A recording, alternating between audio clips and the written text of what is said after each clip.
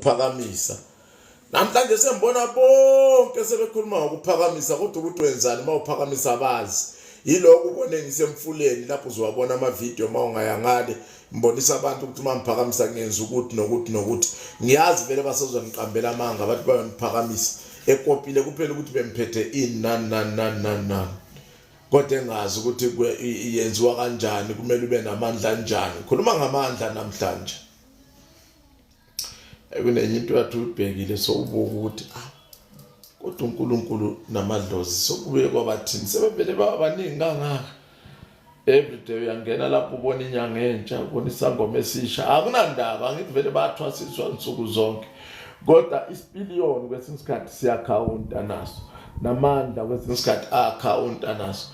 Angikhali kakhulu ngalokho kodwa into ebuhlungu ukuthi umuntu uzobe ephuma nje emusha shama abongi